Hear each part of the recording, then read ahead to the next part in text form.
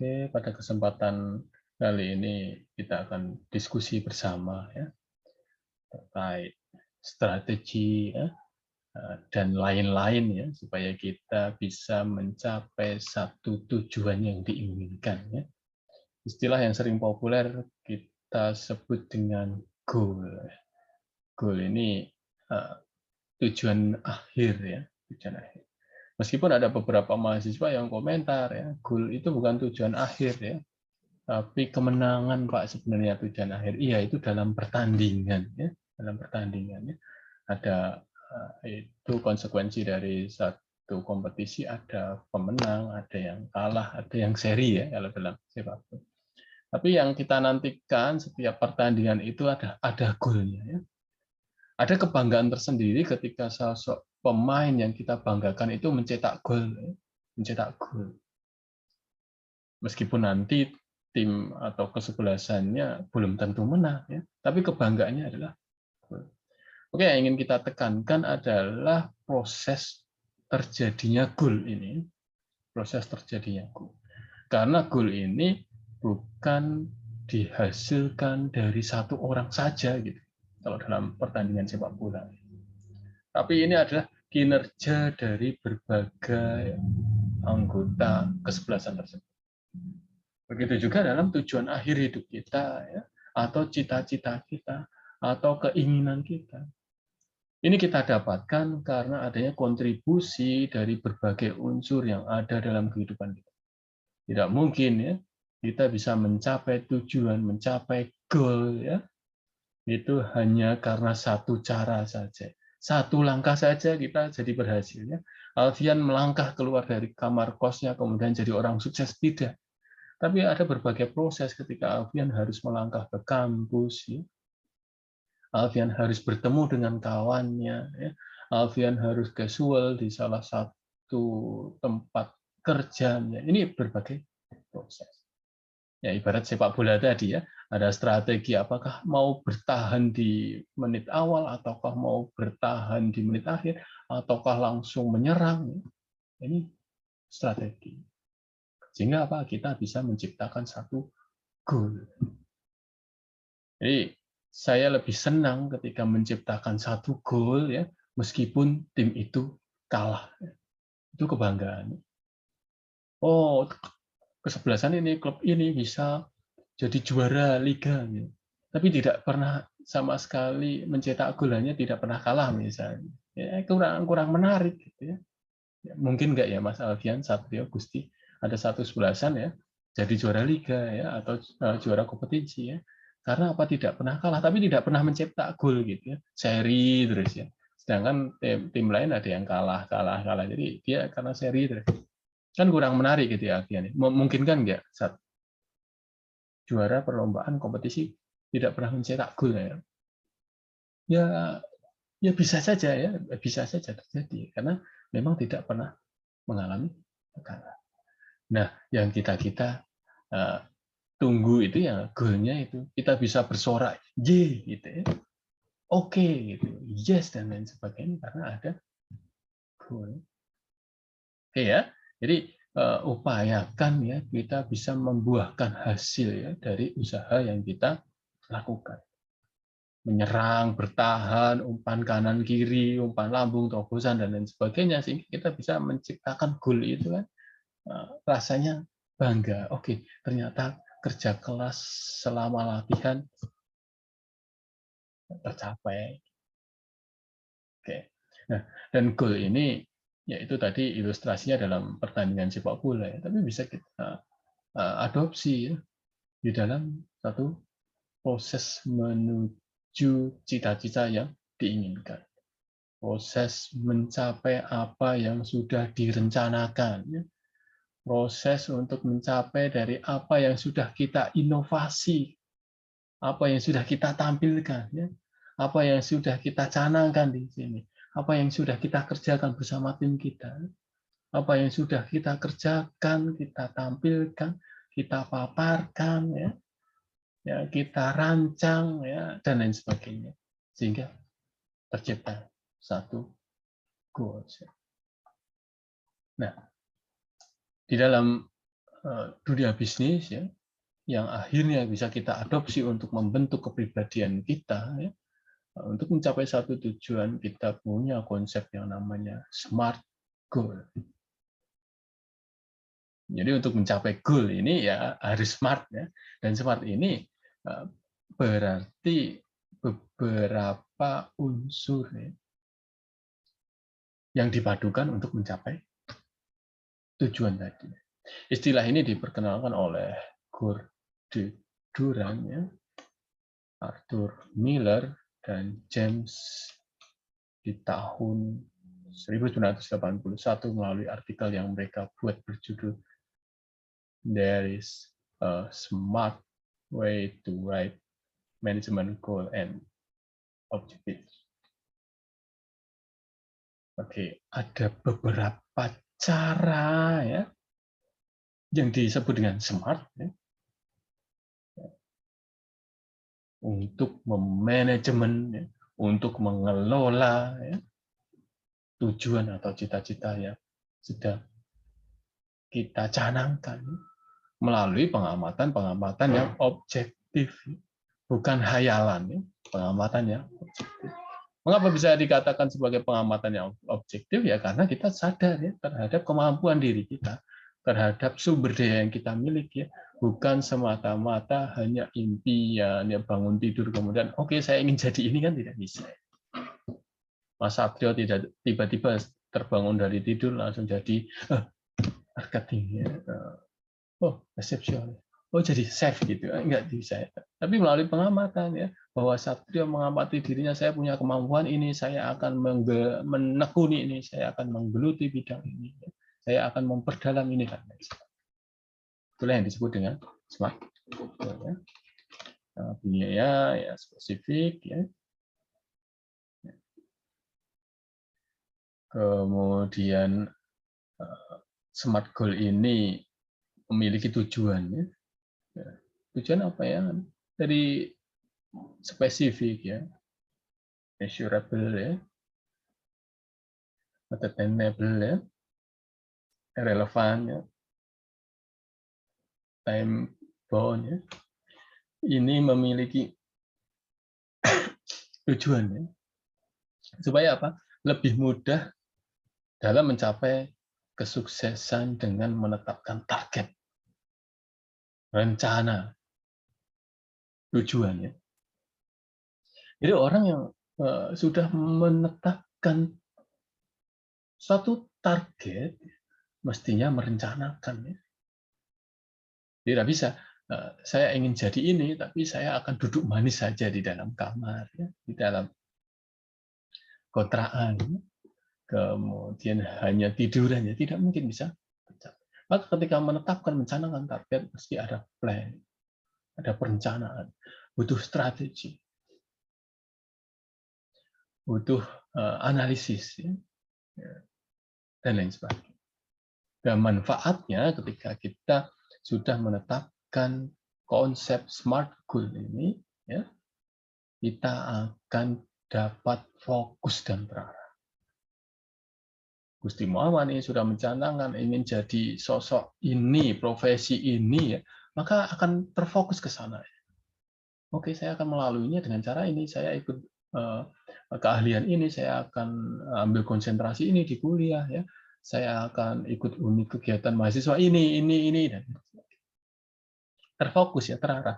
Karena untuk mencapai satu kompetensi yang tadi sudah dicanangkan oleh Mas Gusti, ingin jadi sosok dengan profesi ini. Oke. Kemudian yang kedua, manfaatnya adalah menanamkan disiplin. Orang yang sudah menetapkan targetnya, tujuannya, ya pasti akan disiplin. Alfian sudah mencanangkan saya ingin jadi barista gitu ya. Saya akan menggeluti dunia barista. Saya akan casual di bidang barista. Ya. Pas kuliah juga sudah nyambi bekerja sebagai barista. Ikut unit kegiatan mahasiswa yang terkait barista juga. Kemudian sudah mencanangkan saya harus kuliah tepat waktu dan lain disiplin, maka kuliahnya ya akan disiplin ya. Kuliahnya akan disiplin. Karena sudah punya target. Berbeda dengan orang yang tidak punya target ketika ditanya kuliah hanya untuk mengisi kegabutan ya istilah anak muda gitu. Ya maka tidak akan disiplin. Kuliahnya akan biasa saja datar gitu ya. Ya. Ada istilah hidup segan mati tak mau. Ya, yang penting ya gitu aja, tidak ada progres apapun ya. Oke. Kemudian orang yang sudah memiliki target ya, Ahmad Kafi, maka dia akan punya skala prioritas. Mana yang akan saya kerjakan terlebih dulu ya? Tidur atau kuliah, Ahmad Kafi ya. Bermain game atau kuliah, ini prioritas. Ya. Ngumpul sama temannya nongkrong atau kuliah. Main atau kerja, ini skala prioritas ya. Kemudian akan membantu mengatur waktu. Oke, ini saatnya kuliah, saatnya bermain, saatnya belajar, ya, saatnya casual, ya, saatnya jalan-jalan. Ya. Ini akan punya desain waktu. Tidak bertumpuk-tumpuk, ya, kuliah sambil main game. Ya, ini namanya numpuk. Kuliah sambil tidur berarti tidak mampu membagi tugas, tidak mampu membagi waktu mana waktu untuk tidur, mana untuk belajar. Ada nggak Laurentius ya, mahasiswa yang kuliah sambil tidur? Ya. Nggak ada, Pak. Nggak ada ya. Kalau ada, kalau itu terjadi, berarti dia tidak bisa mengatur waktunya. Kapan untuk belajar, kapan untuk istirahat. Termasuk tadi, ketika kita sudah punya target, kita akan punya skala prioritas. Kapan saatnya saya kuliah Laurentius dan kapan saatnya saya akan nonton sepak bola keluar kota. Ya. Jadi skala prioritas. Ya, gitu ya Laurentius. Ya. Kalau tidak punya skala prioritas, ya nanti dijamin ya. Ya udahlah nanti nonton sepak bola sambil ngezoom belajar atau kuliah. Nah, ini berarti tidak mampu memiliki skala prioritas, tidak mampu mengatur waktu. Misalnya. Di kelas main game gitu ya, Laurentius ya, main medsos gitu ya, berarti tidak bisa mengatur waktunya. Ya. Kemudian manfaatnya yang berikutnya adalah mampu memvisualisasikan ya kesuksesan. Orang yang sudah menetapkan target, maka sudah ada gambarannya. Sukses di dalam benak saya adalah sebagai sosok yang demikian. Karena kesuksesan masing-masing orang tentunya akan berbeda. Kesuksesan versi Yosiana dengan kesuksesan versi Marcella mungkin berbeda ya. Kesuksesan versi Aquila juga akan berbeda. Kesuksesannya versi Aquila juga akan berbeda. Maka orang yang punya target tentu sudah punya gambaran ya. Sukses versi saya seperti apa? Bukan sukses versi dia tidak ya. Karena suksesnya dia belum tentu bisa dianggap sukses bagi saya. Suksesnya saya juga belum tentu dianggap suksesnya bagi Marcella. Jika saya sudah memvisualisasikan diri saya sebagai seorang pendidik, ya, itu sukses saya ketika saya sudah mencapai ini apa yang saya alami saat ini. Tapi belum tentu itu dianggap sukses oleh Marcella. Ketika Marcella sudah jadi GM satu hotel ternama di Jogja, itu mungkin belum tentu itu sukses bagi saya. Gitu. Maka masing-masing orang mestinya mampu memvisualisasikan kesuksesan. Sebagai contoh, ketika saya sudah menetapkan target saya ingin jadi guru waktu itu, ya, itu sudah terbayang sejak saya sekolah di jenjang SMP. Di SMP saya sudah mencanangkan waktu itu saya ingin kuliah di jenjang sarjana pendidikan. Itu SMP. Bahkan saya sudah menentukan saya pengen kuliah di kampus ini. Seandainya tidak diterima ini di kampus swasta, kampusnya ini. Sudah saya pikirkan. Gitu, ya. Ketika di sekolah dasar saya menemui guru yang sangat sabar gitu ya, ngajari nulis A, baca, da, dan seterusnya. Gitu. Saya melihat itu, keren juga ya, jadi guru ya waktu SD. Gitu. Oke, jadi guru bisa berbaur dengan muridnya, tiap hari nuansanya berbeda, ya keceriaannya masing-masing orang itu membuat kita hilang penatnya di rumah. Gitu. Ngisi kuliah, ketemu Yosiana, Marcella, Gila, Filia, ya, senyumnya itu, itu akan membuat nuansa hati kita akan terbawa, ikut senang, ya.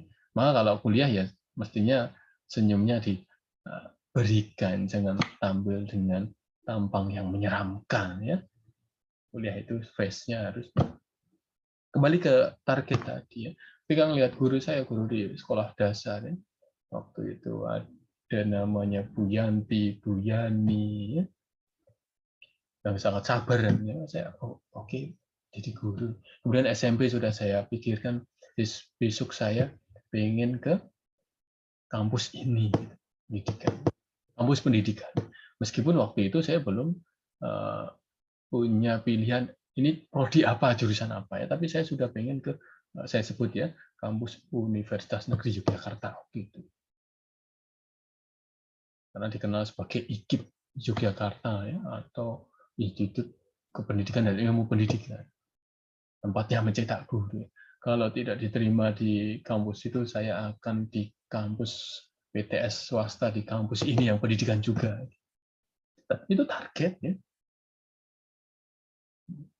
Meskipun saya daftar di SMA kemudian tidak diterima, ya.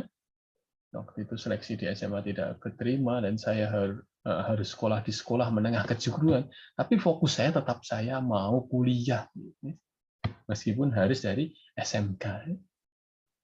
Jadi target, ya. Sehingga kita mampu memvisualisasikan, ya, oh suksesan versi saya seperti ini. Oke, apakah sudah ada gambaran gitu, Mbak Yosiana, ya, Marcella, ya, Aprilia, Erina, suksesnya versi teman-teman seperti apa? Itu sudah harus ada di dalam planning-nya kita saat ini. Kalau mahasiswa ditanyain sukses versi kamu seperti apa, ya nggak tahu, ikut arus saja, ya, mengalir saja. Ya oke, mengalir nggak apa-apa, ya. Tapi tetap harus punya niatan. Karena berbahaya ketika mengalir, terhanyut, tenggelam, ya udah hilang nanti. Kalau bisa mengalir, kemudian punya target, oke, saya mau mampir di sini untuk menempuh jenjang pendidikan. Mengalir lagi ke sini, saya akan bekerja. Mengalir lagi ke sini, saya akan menikah. Mengalir lagi ke sini, saya mau punya rumah, dan lain sebagainya. Ini namanya target. Jangan hanya mengalir, ya. Saya katakan, jangan hanya mengalir. Oke, kita lanjut. Kemudian ini SMART goal, ya. Spesifik, ya. Kita harus menetapkan target yang spesifik. Jihan, setelah lulus kuliah, Jihan mau jadi apa? Jadi chef, Pak. Jadi chef. Ini spesifik. Berbeda ketika orang ditanyain, mau jadi apa? Cita-citanya, profesinya jadi apa? Apa ya Pak? Masih bingung. Ini berarti belum spesifik gitu, ya. Spesifik. Marlin, Kaungan, ya. Setelah lulus kuliah mau jadi apa?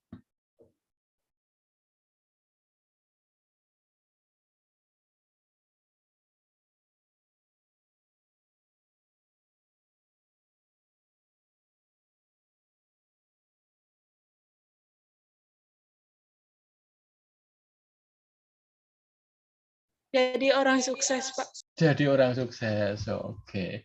Maka perlu dispesifikkan ketika jawaban Mbak Marlin Kaungan, ya, Marlin Kaungan.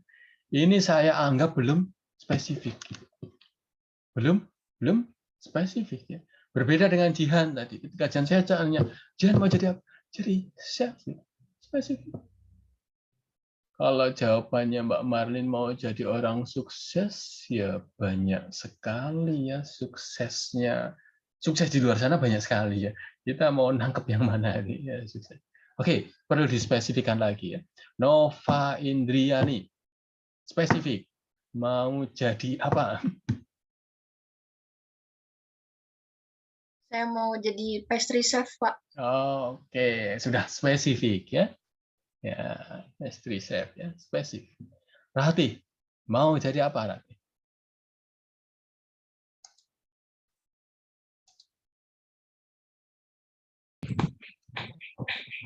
Belum tahu, Pak.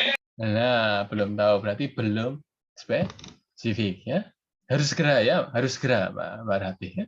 Nah, karena sudah semester 2 belum tahu ini mau jadi apa, wah ya berbahaya ya. Nanti ujung-ujungnya jadi ibu rumah tangga gitu ya. Jangan sekedar itu ya, jangan sekedar itu. Saya katakan jangan sekedar itu karena ya kuliah sampai jenjang perguruan tinggi ya, nyerah gitu aja itu. Alfian mau jadi apa Alfian? Entrepreneur, Pak. Entrepreneur. Oke ya, nanti dispesifikkan lagi pada bidang apa. Laurentius F&B, Kevin. Oh, F&B ya. Laurentius Kevin mau jadi apa Laurentius? Ya Pak, jadi barista di luar negeri. Oke, jadi barista spesifik. Ya. Meskipun nanti luar negerinya menyesuaikan mau di Uni Emirat Arab, mau di Prancis ya, mau di ya Mas Laurentius mesti senangnya di Las Vegas atau Los Angeles gitu ya. Maka spesifik itu harus dicanangkan dari sekarang, detail ya, dapat dipaparkan dengan baik. Artinya sesuatu target yang secara khusus, ya, bukan target yang secara umum. Ya. Oke ya Mbak Marlin ya, karena kalau ditanya sukses, ya, suksesnya versi kita itu ya, ya apa gitu, harus dispesifikkan. Kemudian yang kedua itu tujuannya harus bisa diukur ya, untuk memperlihatkan progres ke tujuan yang akan dicapai. Ada progresnya ya. Mau jadi barista gitu ya. Laurentius saat ini jadi mahasiswa di 3 perhotelan ya. Oke, masih terarah gitu ya, masih terarah. Kemudian Laurentius casual di salah satu hotel ternama sebagai barista juga ya. Terarah ya. Jadi targetnya ini bisa diukur ya. Arahnya itu ada progresnya ya. Oke, selangkah lebih maju ya. Kuliah ya, ikut UKM, casual dan lain sebagainya. Kemudian yang ketiga, target harus realistis dan dapat dicapai ya. Tidak boleh dibuat terlalu mudah dan tidak boleh juga dibuat terlalu sulit. Yang seakan mustahil gitu untuk dicapai. Maka target kita harus realistis ya. Jadi barista ya realistis ya. Apalagi kuliah di 3 perhotelan, apalagi konsentrasinya di barista. Itu realistis ya. Realistis. Maaf, ketika menginginkan ya cita-cita gitu, ya jangan terlalu tinggi, kemudian jangan terlalu remeh juga, jangan terlalu remeh. Cita-citanya apa ya? Apa yang ingin dicapai misalnya? Saya gini aja sudah cukup bahagia misalnya. Ini berarti ya udah gini aja terus gitu ya, gini aja terus. Ya, itu bagi saya itu terlalu remeh gitu. Udah gini aja sudah bahagia ya. Maksudnya gini aja ya udah bisa tidur, makan, duduk, nongkrong sama teman-temannya, tidur lagi bahagia. Itu bukan yang ini capai ya. Terlalu remeh sekali. Tapi juga terlalu terlalu tinggi gitu. Cita-cita ingin jadi sekjen Perserikatan Bangsa-Bangsa itu. Wah, Itu seluruh dunia itu. Satu ya. Nah, pergantiannya mungkin 5 tahun sekali ya. Itu terlalu berat banget gitu ya, terlalu. Tapi kalau sudah spesifik chef barista gitu, ini oke, itu sangat bisa dilalui ya, progresnya, prosesnya. Oke. Bukan hal yang mustahil.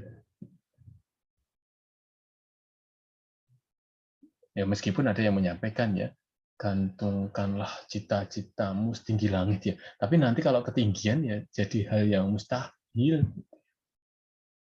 malah berbahaya gitu. Apalagi saat menggantungkan cita-citanya setinggi langit, tetapi tidak punya alternatif targetnya realistis. Ya repot gitu ya. Mau jadi astronot ya. Wah, saat sekolah dasar ditanyain, mau jadi apa astronot gitu ya. Pas SMP suka bolos gitu ya. Pas SMA putus sekolah gitu ya. Ini akhirnya jadi mustahil ya. Tapi kalau cita-citanya mudah dicapai ya melalui proses ya, itu lebih enak saja ya, dilaluinya akan lebih enak ya. Kemudian yang berikutnya relevan, ini target itu bisa tercapai ya.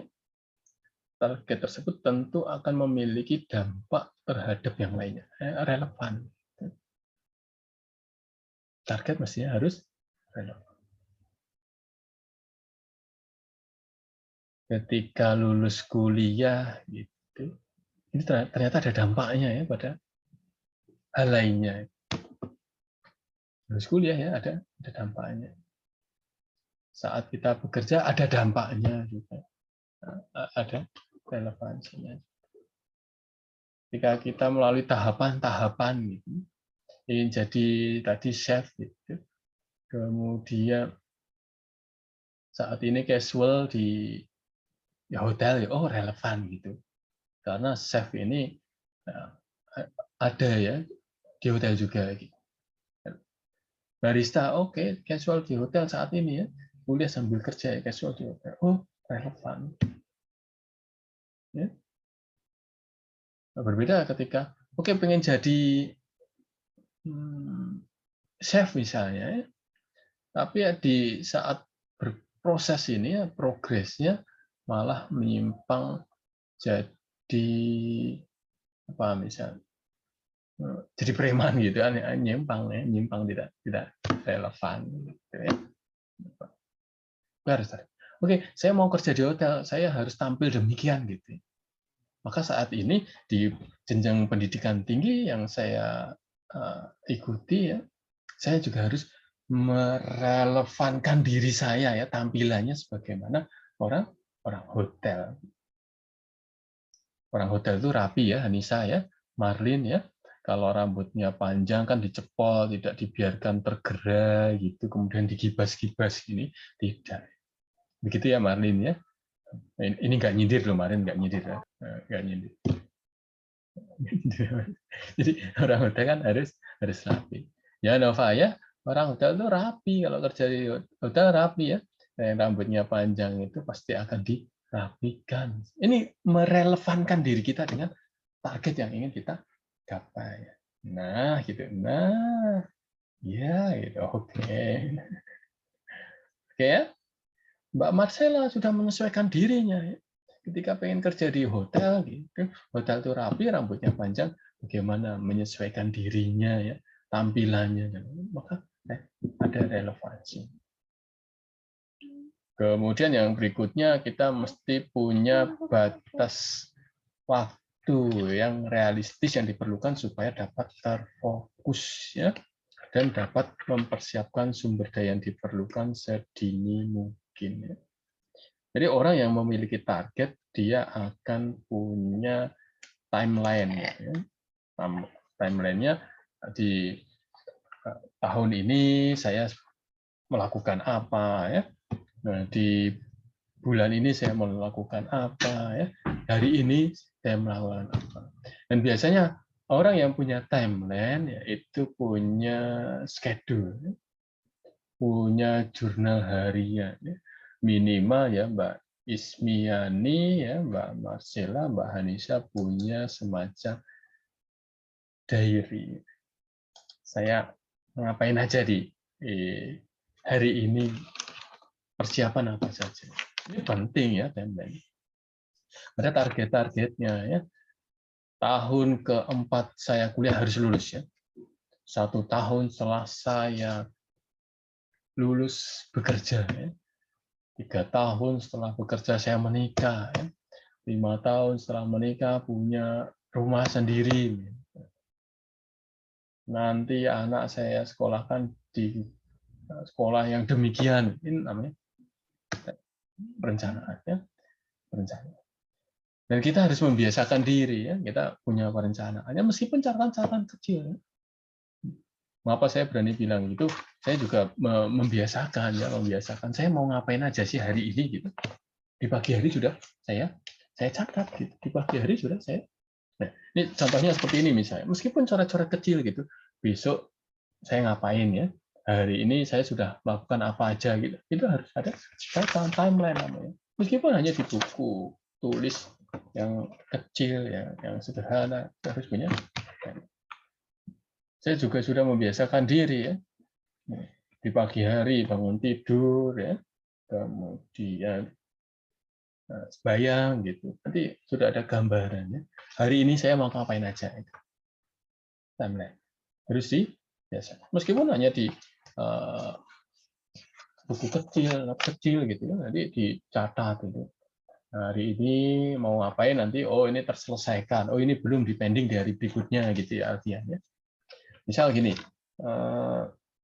misal gini, di tanggal 19 Mei misalnya, saya harus cek turnitin tugas dari kementerian, cetak surat tugas, cetak kartu NIDN, unduh hasil cek turnitin, pantau jurnal yang saya submit ya, rapat dengan PT Sakalai, kemudian update si Master Stipram ya, menyiapkan materi personal development ya, kemudian cek buku karena sebagai editor itu saya checklist. Oh ini yang terlaksana ini ya.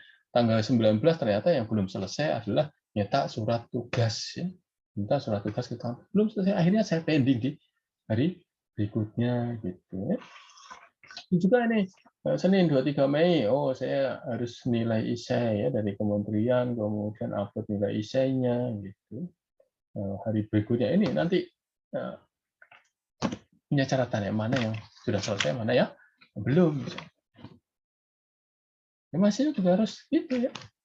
Saya mau ngapain aja nih hari ini dicatat ya, kuliah ini jam sekian sampai jam sekian, nanti siangnya ke sini, sorenya ke sini, malamnya ini mengerjakan ini ya, saya sampai bangun di hari berikutnya, tidur hari berikutnya sudah menyiapkan lagi untuk hari itu dan seterusnya. Ya akan lebih bagus.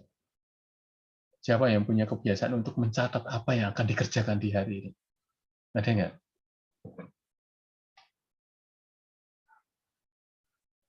Yang akan dikerjakan itu sudah dipersiapkan, dicatat ya. Oke, spesifik ya. Rancanglah tujuan ya. Yang menggunakan rumus ya. Apa yang akan dilakukan bisnisnya misalnya. Jika Mas Alfian menginginkan jadi entrepreneur, ya seperti apa ya? Saya ambil dari berbagai sumber ya, banyak ya. Kenapa itu penting ya dilakukan? Ya? Siapa yang akan dilibatkan? Di mana? Ya? Saya akan menentukan tempat untuk mencapai tujuan. Ya, pengen jadi chef ya di mana? Kampusnya saya mau kuliah gitu ya. Kapan ya? Saya ingin mencapai itu. Spesifik. Ya. Mengukur progres. Ya.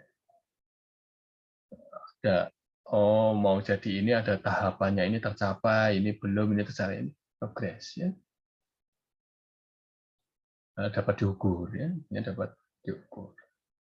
Membuat daily reminder. Kemudian menilai ya, memastikan proses ya, jurnal harian. Menentukan apa nih yang akan dilakukan ya di hari ini. Ya. Sehingga kita sudah tahu, oh seberapa dekat kita dengan target kita, tujuan kita. Kalau mau tadi misal chef itu mau jadi chef, kemudian kita sudah ikut unit kegiatan mahasiswa ya, terkait chef juga sudah konsentrasinya chef, oh berarti sudah dekat nih dengan apa yang ingin saya tuju. Gitu. Tapi kalau sudah menetapkan jadi chef, tapi belum punya keahlian apapun gitu, sudah 1 tahun berjalan ya kuliah belum punya keahlian, maka ini belum dekat gitu ya, belum dekat ya, belum dekat dengan target. Menilai tujuan yang sudah Anda tetapkan dapat dicapai atau tidak dengan mengukurnya beban kerja, pengetahuan dan kemampuan. Sustainable ya, sumber daya ya, yang dimiliki. Ya. Nah, misal yang pertama, sudah belum kita berkomitmen pada diri kita, ya. Saya mau mencapai tujuan ini, saya harus siap dengan konsekuensi ini, saya harus melakukan ini. Ini komitmen dulu. Ya. Kalau kita belum berkomitmen pada diri kita, ya kita tidak bisa mencapai target kita. Nah, apakah ada target lainnya gitu yang ingin dicapai? Maka perlu ada skala prioritas tadi ya. Oke, ini dulu, ini dulu, ini dulu gitu ya. Nah, oke, dengan kemampuan saya saat ini, saya ingin mencapai yang ini dulu. Dengan kemampuan saya seperti ini, saya ingin mencapai ini dulu. Gitu ya. Jadi ada kelogisan ya, masuk akal. Ketika kemampuan kita menyisihkan diri untuk belajar kok hanya mampu konsentrasi selama 2 jam misalnya di sore hari, ya kita harus realistis ya, dengan 2 jam ini akan kita gunakan untuk apa. Gitu. Jangan sampai sehari punya waktu 2 jam tapi targetnya sehari pengen menyelesaikan 10 tugas paper gitu, tidak masuk akal, tidak pas gitu. Maka ukurlah kemampuan diri kita, sumber daya yang kita miliki ya untuk mencapai satu target. Kuliah di kampus Tipram ya. Bangunnya jam 6 ya, kuliahnya jam 7 ya. Kosnya jauh, perjalanan 1 jam. Ya berarti belum ada komitmen pada diri kita, belum bisa menyesuaikan. Bangun tidur masih persiapan bla bla bla bla, berangkatnya 7:04 gitu. Padahal jam 7 sudah kuliah. Tadi belum memahami sumber daya yang dimiliki. Belum lagi nanti berangkatnya pakai kendaraan umum misalnya. Belum sadar dengan daya dukungnya di. Maka dengan keadaan Mbak Nova sekarang, keadaan Mbak Marlin sekarang, gitu, keadaan Mas Satria sekarang ini, Yosiana, Aprilia, Hanisa, apa sih target terdekat yang akan dilakukan?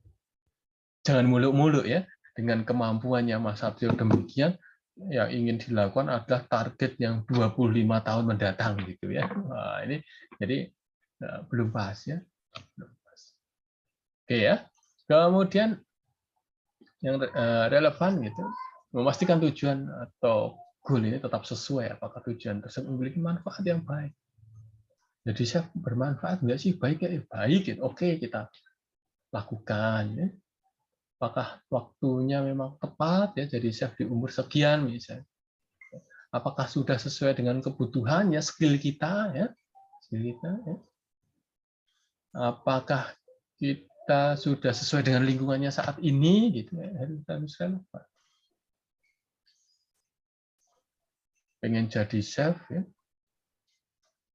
yang dilakukan tiap hari nongkrong, ngobrol, ngibah dengan temannya setiap hari ya. Tidak relevan. Berbeda kalau mau jadi chef, tapi yang dilakukan tiap hari adalah berlatih memasak, ikut UKM masak, ya, diskusi tentang masak, resep dan lain-lain. Ini relevan ya, lingkungan. Pengen jadi orang sukses, tapi lingkungan pergaulannya dengan orang-orang yang malas ya, berarti tidak relevan, tidak match, gitu. Tidak match. Ya.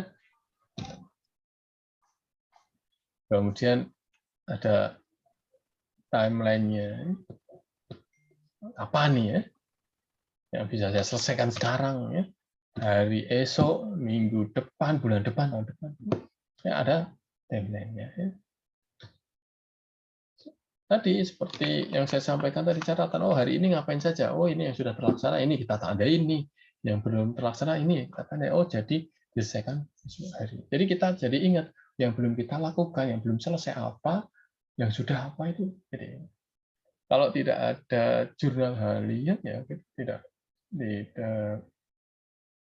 tidak ngerti progresnya. Ya saat ini sebagai mahasiswa mungkin ya dirasa belum penting ya. Besok ketika kita sudah bekerja, berumah tangga gitu, perlu ya timeline itu perlu. Manajemen waktu, mengelola waktu itu sangat tidak mungkin ya 24 jam waktunya hanya untuk keluarga saja, tidak mungkin. Harus dibagi ini jam bekerja, jam berkeluarga. Tidak mungkin juga 24 jam waktunya untuk bekerja saja. Mana waktu keluarganya? Sebagai mahasiswa 24 jam untuk belajar saja. Mana waktu untuk temannya gitu. Mana untuk waktu healingnya misalnya. Anak muda sekarang butuh healing gitu. Mana waktu untuk jalan-jalan ya, makan dan maka perlu ya. Manajemen waktu itu sangat diperlukan. Tidak 20 jam untuk kuliah, belajar ya, tidak 20 jam untuk istirahat saja ya, atau 24 jam untuk bermain saja. Jadi ada manajemen waktu yang baik ya. Nah, Edwin Locke ya, membuktikan bahwa teori penetapan tujuan juga sangat cocok ya. Dan sudah membuktikan ya. Ia juga membagikan pada 5 prinsip bahwa orang yang mau sukses untuk mencapai satu target itu harus jelas dulu. Ya. Tujuan yang dibuat harus jelas, ya. Mudah dipahami.